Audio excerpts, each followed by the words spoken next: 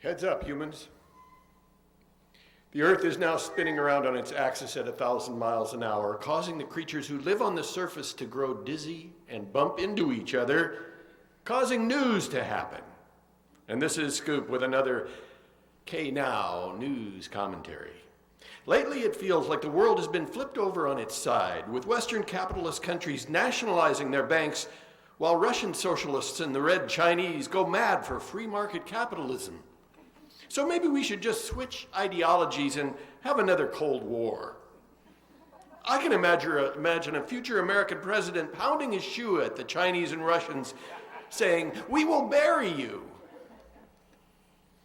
Cheer up, friends. At least now you own a few banks.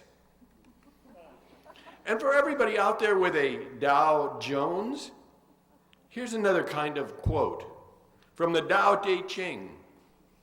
The 10,000 things rise and fall on their own, but the superior person is not disturbed. Yeah. But it's hard for us ordinary people. And all across the land, you can hear us groaning and moaning over the loss of our paper money. But I can also hear a lot of cheering. Just listen. The great apes are beating their chests and grunting in delight.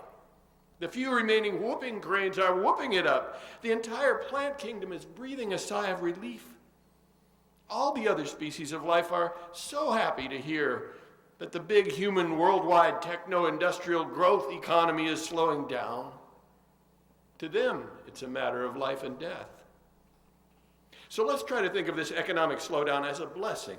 It's time for that biblical 7 years of lying fallow, a time to retool and reevaluate our reasons to live. And as you consume less of everything, just consider it a sacrifice for the cause of life itself. Because just like the economy, we've been borrowing too much from the earth. Now it's time for a bailout of Mother Nature.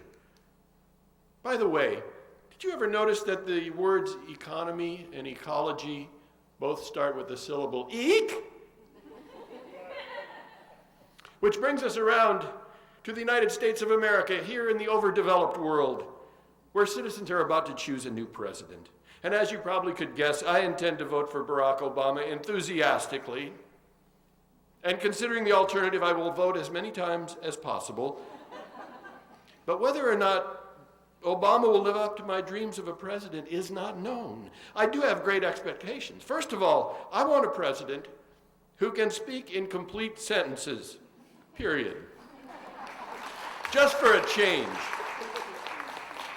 More than that, I want a president who will begin to clean out that five-sided madhouse, the Pentagon, where America wastes over $500 billion a year planning future wars, which then become inevitable.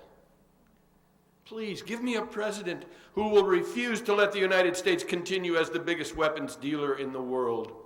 A moral outrage.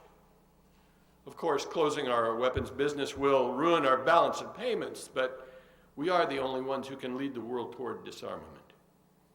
I want a president who won't just try to heat up the economy again, but will point out the wonders of just being alive and maybe use all this new brain research on what really makes us happy, and who will lead us in our mantra, enough, enough, we've got enough stuff, enough, enough, we've got enough stuff.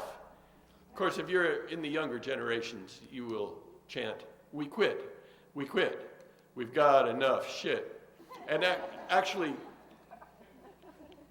that's the whole history of capitalism right there. You start with material goods, turning into possessions, turning into things, turning into stuff, turning into shit. I mean, there it is, it's right there, the history of capitalism. Give me a president who believes in evolution and will admit it, and not only that, will maybe even talk to us about how it works. See, you take a little RNA and put it over there with the DNA, and I want a president who will at least start talking about overpopulation and how many people this planet can sustain. A president who will start to focus the world on healing the Earth's dying ecosystems, and who will inspire us all to work together as a species trying to correct itself. as a world community. Now, I don't know if Barack will live up to my dreams, but I will vote for him and pray. It may not be possible for him to stop this ship of human fools from crashing into that big iceberg ahead, the one that just broke off of a melting polar glacier. But maybe he can help slow us down, begin setting us on a new course on our way back to sanity. And you may think I'm a dreamer, but you also know I'm not the only one. As Arundhati Roy says, the new world is coming soon. When I am quiet, I can hear her breathing. And this is Scoop Nisker reminding you to rejoice in the glory of it all and then vote. In other words, stay high, but keep your priorities straight. And if you don't like the news, go out and make some of your own.